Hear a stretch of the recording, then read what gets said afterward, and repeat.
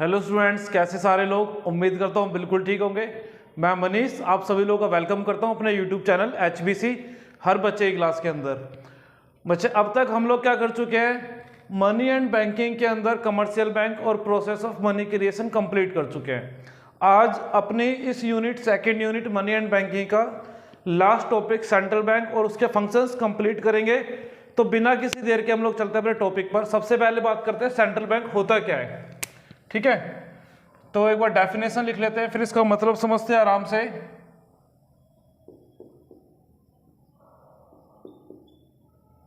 Central bank, देखिए bank का मतलब तो आपको मालूम है, ऐसा कोई भी इंस्टीट्यूट जो तीन काम करता था, तीन फंक्शन परफॉर्म करता था। कौन कौन से? एक्सेप्टिंग डिपॉजिट्स, ग्रांटिंग लोन्स और मनी क्रिएशन। ठीक है, उन सब के ऊपर भी एक अपेक्स अथॉरिटी होती है। ठीक है, जितने भी कंट्री के अंदर बैंक हैं और जितने भी मॉनेटरी स्ट्रक्चर है उनके भी एक अपेक्स बॉडी होती है। अपेक्स मतलब सर्वोच्चतम, जो सबसे ऊपर होगी, सबसे सर्वोच्च बॉडी होगी, that is called apex body. उस अपेक्स बॉडी को हम लोग क्या बोलते हैं? Central bank. तो मेनली जो सेंट्रल बैंक होता है वो क्या करता है, पूरे कंट्री के अंदर, होल नेशन के अंदर जितने भी बैंक्स हैं और जितने भी मॉनेटरी स्ट्रक्चर्स हैं उन सबको क्या करेगा? कंट्रोल करेगा, रेगुलेट करेगा, ऑपरेट करेगा, डायरेक्ट करेगा। तो एक बार डेफिनेशन देखते हैं होती क्या है। It is the apex body, apex body, apex को एक काम करो इन्वर्टेड कॉमा में डालना। अपेक्स मतलब होता है सर्वोच्चतम, जो सबसे ऊपर है। Apex body that controls,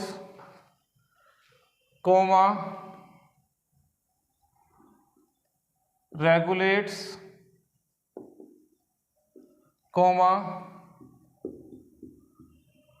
operates and directs the entire banking and monetary structure, monetary structure of the economy या फिर कंट्री। तो देखिए डेफिनेशन में कहना क्या चाह रहा है वो, एक ऐसी अपेक्स बॉडी, अपेक्स मतलब कहते हैं सर्वोच्चतम, सुप्रीम, ऐसी कोई सुप्रीम या सबसे ऊपर बॉडी जो कंट्रोल करती है यानी नियंत्रण करेगी, रेगुलेट करेगी यानी कि उनके ऊपर क्या करेगी, अपने अधिकार जमाएगी, उनको क्या नाम है, राइट्स वगैरह उनके लिए काम करेगी।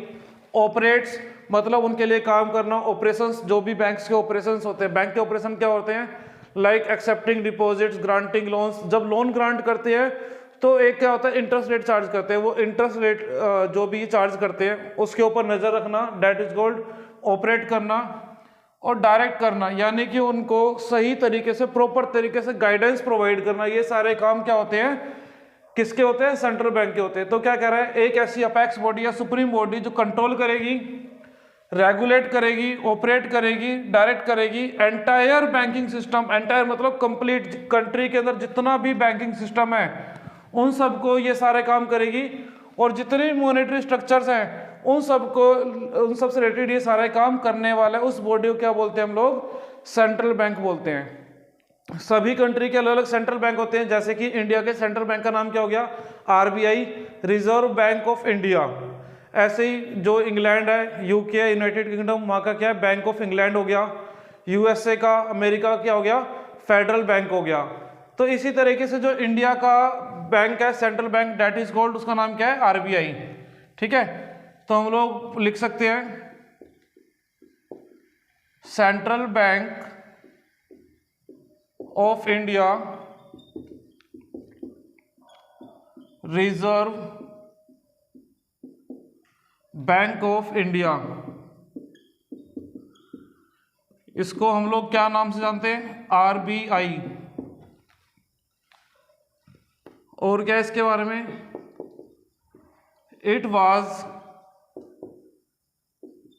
established on 1st April 1935 under the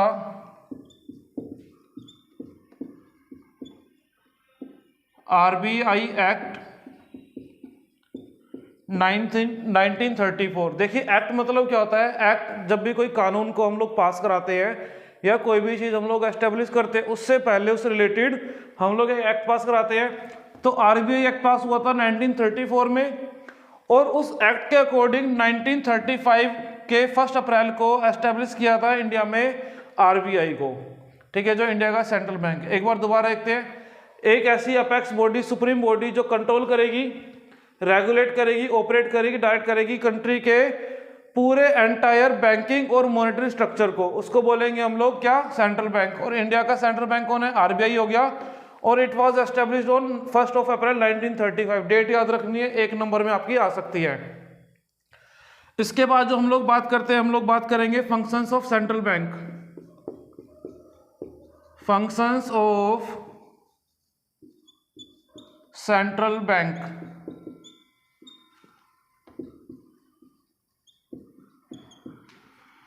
तो भाई आपके जो फंक्शंस हैं सेंट्रल बैंक के, वो मेनली 5 फंक्शंस होते हैं। देखते हैं एक एक करके 5 फंक्शंस होते हैं, कौन कौन से हैं, इनको फिर डिटेल में पढ़ेंगे। फर्स्ट जो फंक्शन है, that is called bank of issue. क्या बोलते हैं? Bank of issue. यानी कि इंडिया में जितने भी करेंसी नोट्स हैं या कोइंस हैं, उनको इशू करने का, यानी कि उनको छापने का अधिकार किसके पास है? आरबीआई के पास है। जितने भी 50 का, 100 का, 1000 का तो खैर मोदी जी ने बंद कर दिया अभी, 500 का, 2000 का जो भी नोट है, वो जो छपेगा उसे कौन छापेगा, कौन प्रिंट करेगा? सेंट्रल बैंक यानी कि आरबीआई प्रिंट करेगा। तो कंप्लीटली प्रिंट ऑफ करेंसी से रिलेटेड जितने राइट्स हैं वो किसके पास है? सेंट्रल बैंक के पास हो गए। सेकंड जो इसका फंक्शन है वो है बैंकर टू द गवर्नमेंट। जब बच्चे गवर्नमेंट आएगा तो गवर्नमेंट सभी तरह की स्टेट गवर्नमेंट, भारत के 29 राज्य हैं, 29 स्टेट्स हैं इंडिया के अंदर, सभी 29 स्टेट्स की जितनी स्टेट गवर्नमेंट है वो, प्लस भारत की जो सेंट्रल गवर्नमेंट है वो, उन सब के रिलेटेड जो बैंकिंग फैसिलिटी है कौन प्रोवाइड करेगा, कौन देगा? वो सेंट्रल बैंक देगा। नेक्स्ट थर्ड फंक्शन की अगर हम लोग बात करें, that is called bankers bank. क्या नाम है इसका बच्चे? बैंकर्स बैंक नाम है। यानी कि आप लोग जितनी भी बैंकिंग फैसिलिटी लेते हो वो कहां से लेते हो? कमर्शियल बैंक से, लाइक एसबीआई से, स्टेट बैंक ऑफ इंडिया से, कैनरा बैंक से, एक्सिस बैंक से, एचडीएफसी बैंक से, पीएनबी बैंक से, ये जितने कमर्शियल बैंक से आप उनसे क्या लेते हो? अपनी बैंकिंग फैसिलिटीज लेते हो। बैंकिंग सर्विस किससे लेते हो? सभी कमर्शियल बैंक से लेते हो।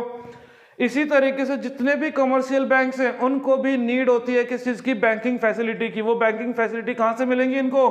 सेंट्रल बैंक प्रोवाइड करेगा इनको। नेक्स्ट हम लोग बात कर सकते हैं इसके बाद फोर्थ फंक्शन जो इसका है, controller of money supply. India में जो भी मनी सप्लाई है, ठीक है ना, मनी सप्लाई हम लोगों ने डेफिनेशन में देखा था, total volume of money held by the public at a particular point of time. और पब्लिक वर्ड का मतलब क्या था? वहां के आम जनता और बिजनेसमैन। तो वहां के आम जनता के पास या बिजनेसमैन के जितना भी वॉल्यूम ऑफ मनी है उसके टोटल को हम लोग क्या बोलते हैं? मनी सप्लाई बोलते हैं। अब उस मनी सप्लाई को कौन कंट्रोल करेगा? आरबीआई कंट्रोल करेगा। मनी सप्लाई के अलग अलग मेजर देखे थे हम लोगों ने, M1, M2, M3, M4 देखे थे। अगर आप लोगों को आते हैं ठीक है, नहीं तो आप लोग पिछली वीडियो के अंदर जाके पूरा देख सकते हो। तो जितने भी मनी सप्लाई के मेजर्स हैं उनको भी कौन कंट्रोल करेगा? आरबीआई कंट्रोल करता है। नेक्स्ट और पांचवा लास्ट फंक्शन जो आरबीआई परफॉर्म करता है, कस्टडियन ऑफ फॉरेन एक्सचेंज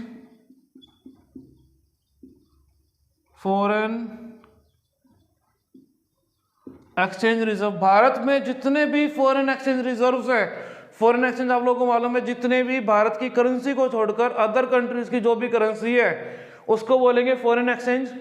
या फिर जो फॉरेन एक्सचेंज है उनके अलावा गोल्ड के जो भी रिजर्व्स है भारत के अंदर उनको कौन मेंटेन करता है, या उसकी कस्टडी किसके पास है? कस्टडी मतलब क्या होता है? देखभाल करना। तो जितनी भी कस्टडी है किस चीज की, फॉरेन एक्सचेंज की और किसी की गोल्ड की, इन सब की कस्टडी को कौन किसके अंदर होती है? कस्टडी बच्चे आरबीआई के अंदर होती है, सारी की सारी कस्टडी आरबीआई के अंदर होती है।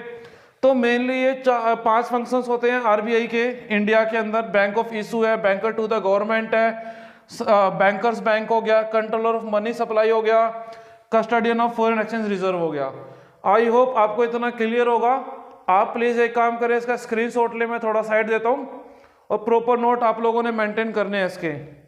अब मैं इसको रफ करता हूं। ये जितने ही फंक्शंस हैं इनको हम लोग 1 बाय 1 डिटेल के अंदर देखते हैं। चलिए मैं रफ कर रहा हूं इसको।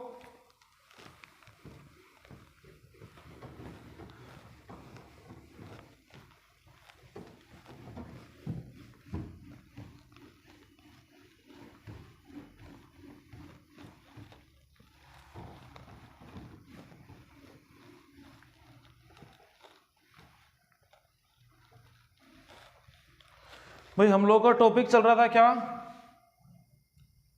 हम लोगों का टॉपिक चल रहा था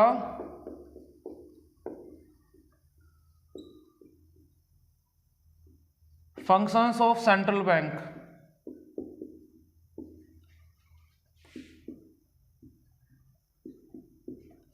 चलिए एक एक करके देखते हैं।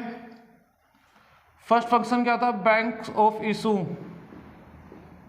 फर्स्ट फंक्शन था बैंक ऑफ इशू। तो हम लोग लिख सकते हैं central bank has the sole मतलब होता है complete, sole authority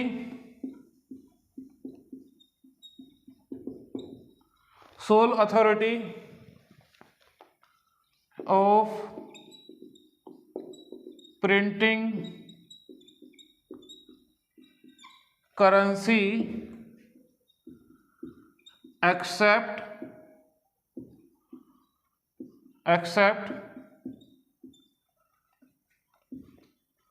₹1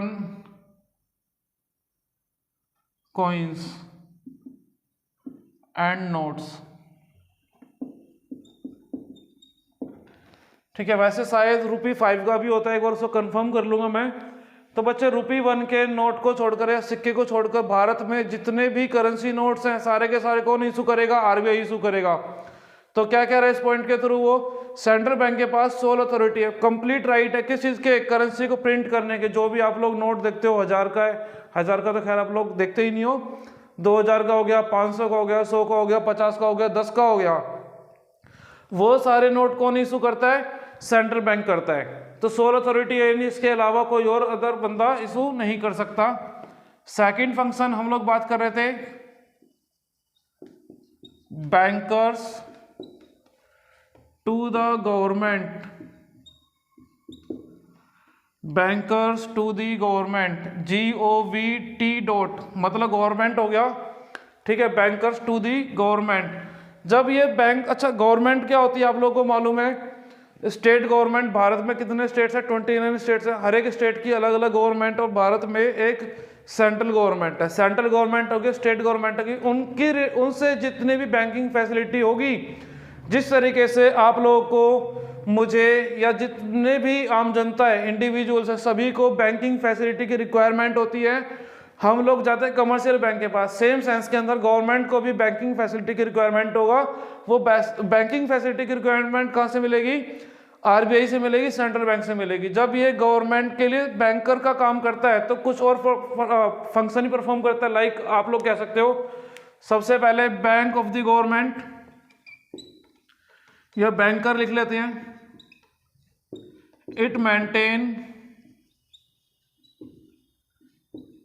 It maintains the current account, A/C मतलब account, current account of central and all the states government. तो भारत में जितने भी स्टेट गवर्नमेंट और जितने भी जो भी सेंट्रल गवर्नमेंट उसके सारे अकाउंट्स को मेंटेन करता है, यानी कि it accepts deposits from the government. तो भाई जिस तरीके से आप लोग अपने पैसे को जमा कराने जाते हो बैंक के पास, इसी तरीके से गवर्नमेंट भी जो टैक्स का पैसा होता है, जो भी पैसा होता है, वो कहां पे जमा कराएगी? आरबीआई के पास जमा कराएगी। And grant loan to the government, और जो हमारी गवर्नमेंट है उसको लोन की रिक्वायरमेंट, जैसे आप लोगों को लोन की जरूरत पड़ती है, हमें लोन की नीड होती है, ऐसे गवर्नमेंट को भी लोन की नीड होती है। अगर गवर्नमेंट को लोन की नीड होगी कहां से मिलेगी? आरबीआई से मिलेगी। तो आरबीआई को जितने भी बैंकिंग फैसिलिटी है, यानी कि उनके पैसे को डिपॉजिट करना, उनको लोन देना, कौन काम करेगा? ये आरबीआई करेगा, सेंट्रल बैंक करेगा। इसके अलावा ये परफॉर्म करता है एजेंट का फंक्शन। किसका फंक्शन? एजेंट का फंक्शन, यानी कि इट मैनेज द पब्लिक डेब्ट।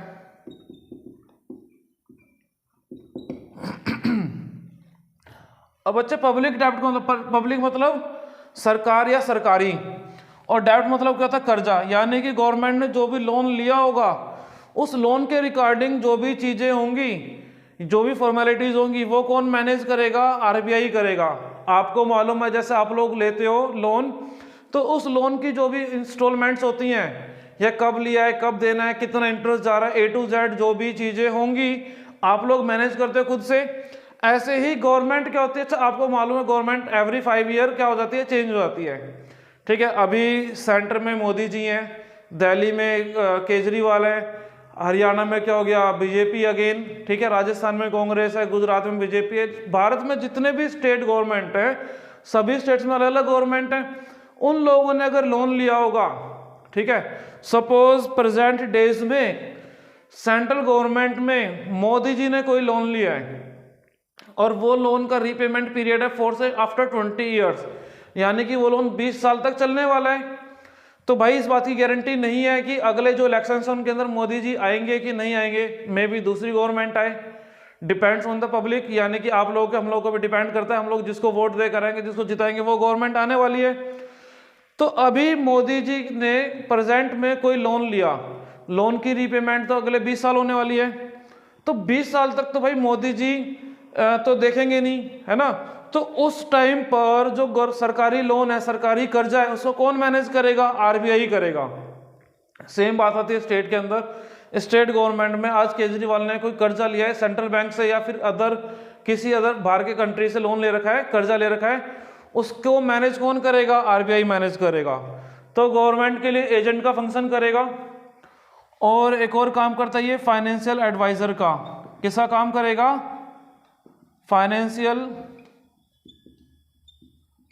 एडवाइजर। फाइनेंशियल एडवाइजर क्या होता है? इट बोले तो बच्चे RBI, it gives financial comma monetary comma economic advises to the government. सरकार को जितने भी फाइनेंशियल हो गया, मॉनेटरी हो गया, इकोनॉमिक एडवाइस हो गई, कौन प्रोवाइड करेगा? आरबीआई प्रोवाइड करेगा।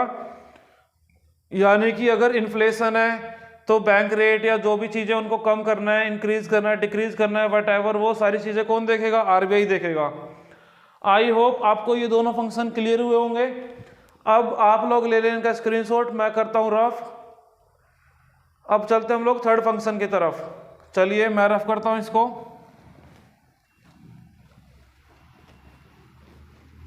देखिए भाई थर्ड फंक्शन में कहना क्या चाह रहा है वो।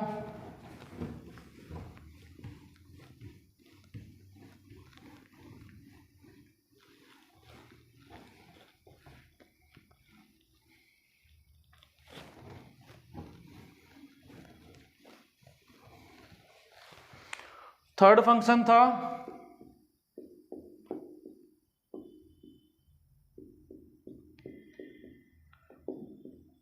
Bankers bank.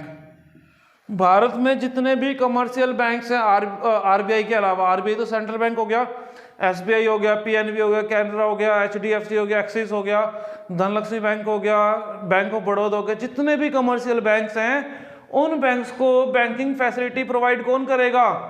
कौन करेगा भाई? आरबीआई करेगा। तो ये दो काम करेगा बैंकर्स के लिए। पहला तो क्या करता है, custodian of cash reserves, custodian of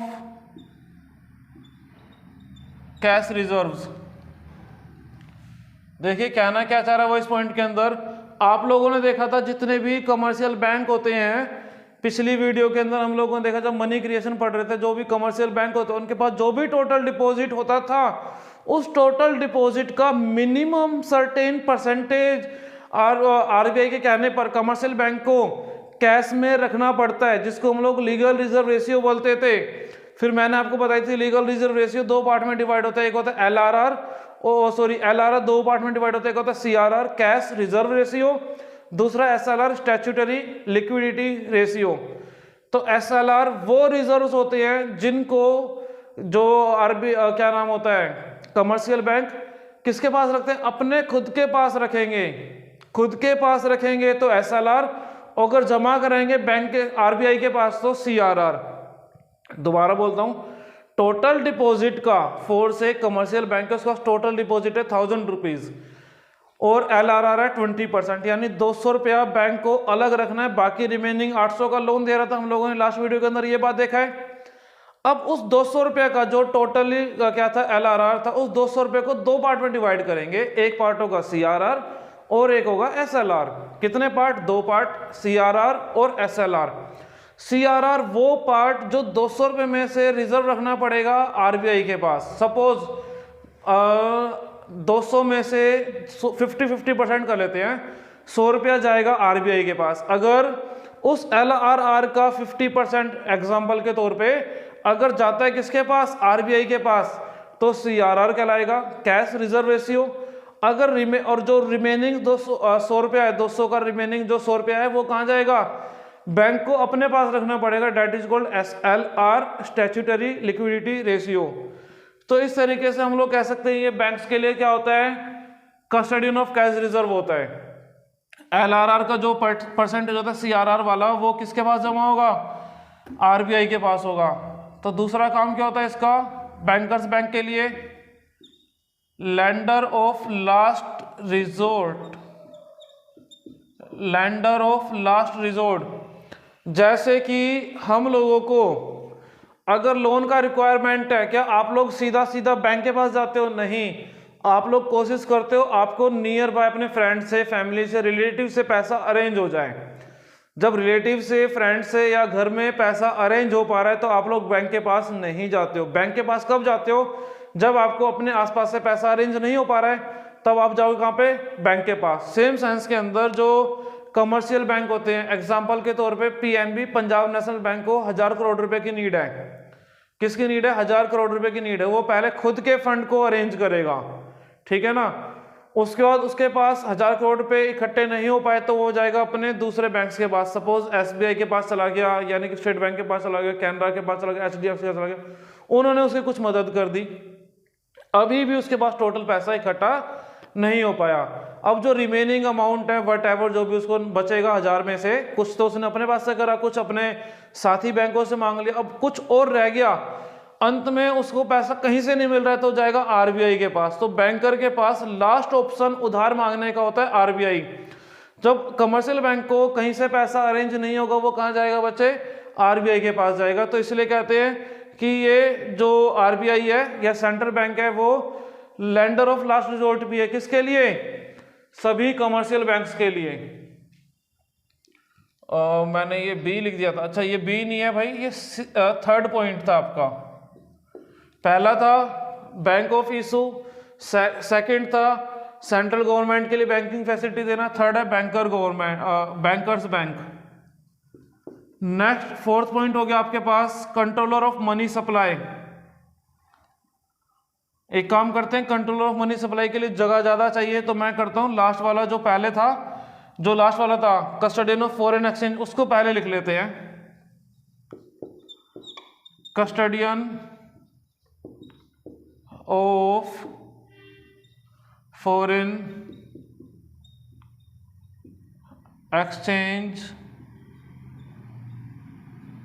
reserves.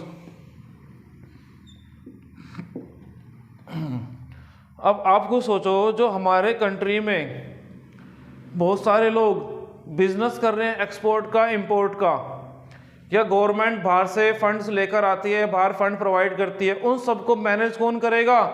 RBI करेगा। फॉरेन एक्सचेंज मतलब भारत की करेंसी को छोड़कर अदर देशों की जो भी करेंसी है उसको फॉरेन एक्सचेंज बोलते हैं। इंपोर्ट एक्सपोर्ट में, ग्रांटिंग ऑफ लोन्स में जब विदेशों से लोन लिया तो वो क्या देंगे? इंडियन रुपी देंगे, नहीं अमेरिकी डॉलर या कोई अदर करेंसी देंगे। तो जितने ही फॉरेन एक्सचेंज होंगे उनकी कस्टडी किसके पास होती है? देख रेख कौन करेगा? आरबीआई करेगा। ये भारत में जो भी गोल्ड रिजर्व है उसकी देख रेख कौन करेगा? कस्टडी कौन करेगा? आरबीआई करेगा। गोल्ड के रिजर्व और फॉरेन एक्सचेंज के रिजर्व की कस्टडी किसके पास होती है? आरबीआई, सेंट्रल बैंक के पास होती है। इस तरीके से हम लोग 4 फंक्शंस परफॉर्म कर चुके हैं, इसके 4 फंक्शंस देख चुके हैं डिटेल के अंदर। आप चाहो तो इसका स्क्रीनशॉट ले लो। मैं चलता हूँ नेक्स्ट और लास्ट फंक्शन के ऊपर जिसका नाम है कंट्रोलर ऑफ मनी सप्लाई। चलिए रफ करता हूं मैं इसको।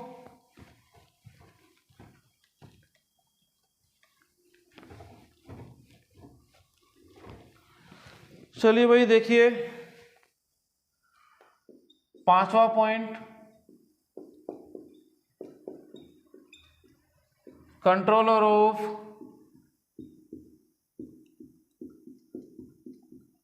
Money supply. इंडिया में सपोज करो इन्फ्लेशन है। इन्फ्लेशन क्या होता है? महंगाई। जब आम वस्तुओं का या ऐसी गुड्स या ऐसी सर्विसेज जिनको आम जनता कंज्यूम करती है उनके प्राइस तेजी से बढ़ते हैं, आटा, दाल, चावल, चीनी, एजुकेशन, इन सब की चीज़ें क्या हो रही है? इन सब की जो दाम है वो तेजी से बढ़ रहे हैं, उनके रेट तेजी से बढ़ रहे हैं। डेट इज कॉल्ड महंगाई। महंगाई में किसका लॉस होता है? जो कस्टमर होता है उसका लॉस होता है। एक वर्ड आता है डिफ्लेशन, जिसको बोलते हैं मंदी। मंदी में लॉस होता है सप्लायर को। एग्जाम्पल के तौर पे मैं सप्लायर हूँ, मेरा ये मार्कर बनाता हूँ मैं। नॉर्मल कंडीशंस के अंदर मैं इस मार्कर को सेल करता हूँ 10 रुपये का। नॉर्मल कंडीशंस के अंदर 4 से मैं इस मार्कर को सेल करता हूँ 10 रुपये का, but due to some conditions 4 से डिफ्लेशन, मार्केट के अंदर क्या हुआ?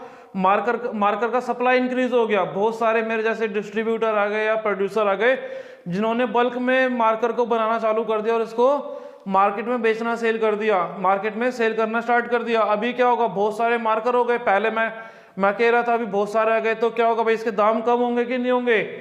कॉस्ट तो कम नहीं होगी क्योंकि कॉस्ट पे तो फर्क नहीं पड़ रहा, बट ड्यू टू कंपटीशन दूसरे सेलर क्या कर रहे हैं? इसको सस्ते में बेचने की कोशिश कर रहे हैं। क्या हो गया? मुझे भी कट करना पड़ेगा प्राइस के अंदर।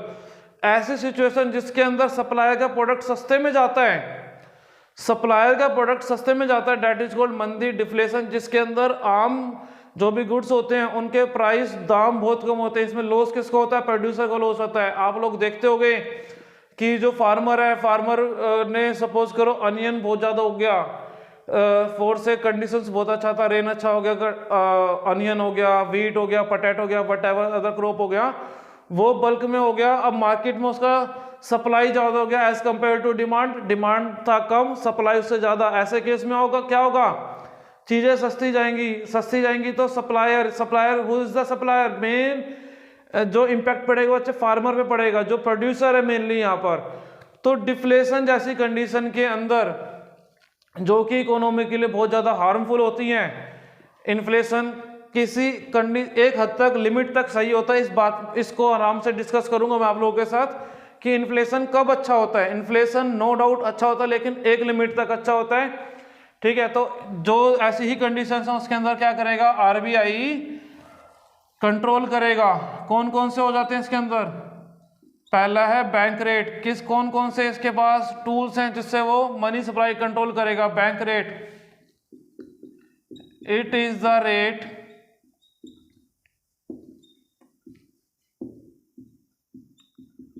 at which central bank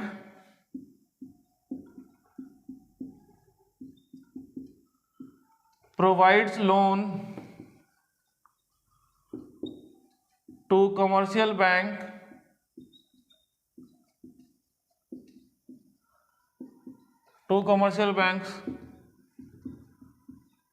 for long term.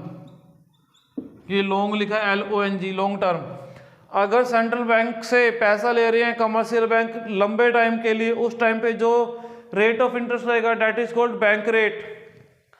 ऐसे ही होता है repo rate.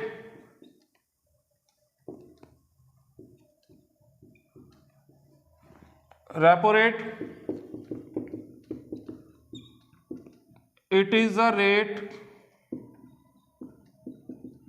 at which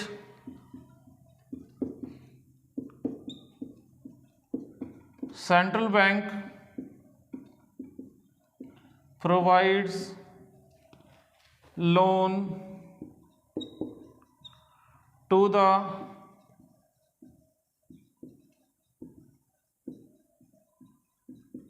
commercial banks for their short term need. अब शॉर्ट टर्म समझना, ऐसी नीड जिनमें बैंक्स को पैसा देते हैं साल भर के लिए। अगर एक साल से कम के लिए पैसा चाहिए तो आरबीआई क्या करता है, बिना कोई मॉर्टगेज कुछ गिरवी रखे बिना उनको लोन देता है कि जिस रेट पर देगा that is called repo rate. जब लंबे टाइम के लिए लोन को चाहिए, लंबे टाइम की लोन चाहिए कमर्शियल बैंक को, लंबा टाइम एक साल से ज्यादा कुछ भी हो सकता है। लॉन्ग टर्म के लिए जब पैसा चाहिए किसको, कमर्शियल बैंक को, तो आरबीआई उनको यानी सेंट्रल बैंक उनको लोन प्रोवाइड करेगा। जिस रेट पे या रेट ऑफ इंटरेस्ट पे लोन प्रोवाइड करेगा that is called bank rate. अब चलते हैं हम लोग नेक्स्ट पॉइंट पर, that is called open market operations. Open market operations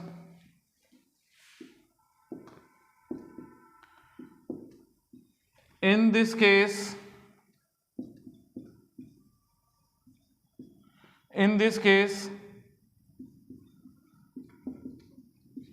central bank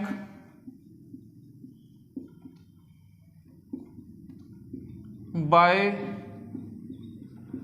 and sell the government securities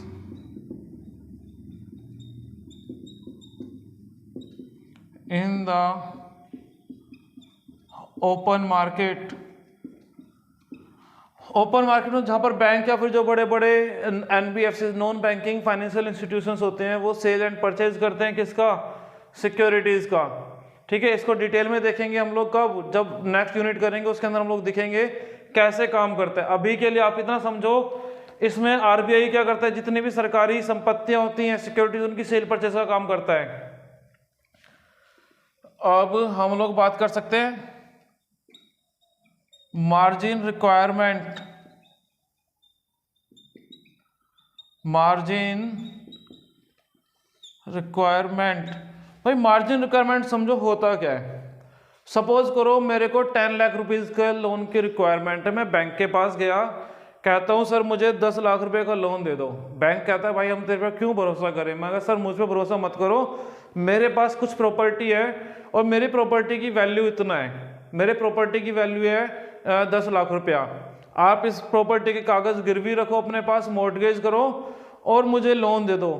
तो बैंक क्या कहता है, भाई आप खुद सोचो ना, अगर बैंक ने 10 लाख की प्रॉपर्टी के अगेंस्ट 10 लाख रुपए का लोन दे दिया, इसमें बैंक को कुछ फायदा हुआ नहीं हुआ। इन केस मैं डिफॉल्टर निकल जाता हूं, मैंने बैंक का लोन नहीं पे किया, तो बैंक के पास कंप्लीट राइट है कि वो मेरी प्रॉपर्टी को सेल करेगा, ऑक्शन के अंदर जो पैसा आएगा लोन की रिकवरी कर लेगा। बट आप खुद सोचो ना, अगर वो मेरे प्रॉपर्टी को सेल करता है फोर्स से, ऐसा मुश्किल है कि 10 लाख रुपए उसको मिल जाएगा, लेकिन उसको रिकवर करने के लिए कुछ एक्सपेंस भी करेगा, ऑक्शनर हायर करेगा। एक्चुअली बैंक का मेन काम तो अलग होता है, प्रॉपर्टी डीलिंग उसका काम नहीं है। अब वो प्रॉपर्टी डीलर के पास जाएगा, बिल्डर के पास जाएगा, 10 तरह के पास जाएगा, खर्चे भी करेगा, तो बैंक को लॉस होता है। तो बैंक वाले क्या कहते हैं कि आप लोग हमें जो भी सामान मॉर्टगेज करोगे उसकी, यानी कि जो भी सिक्योरिटी रखोगे और उसके अगेंस्ट जो लोन मांग रहे हो, हम लोग वो लोन अमाउंट कम कर देंगे। 4 से 10 लाख रुपए का आपने सिक्योरिटी जमा करिए बैंक के पास और आपको लोन मिल गया 8 लाख रुपए का, यानी कि 20% बैंक ने लोन कम दिया, वही 20% that is called margin requirement. तो मार्जिन रिक्वायरमेंट होता क्या है? It is the difference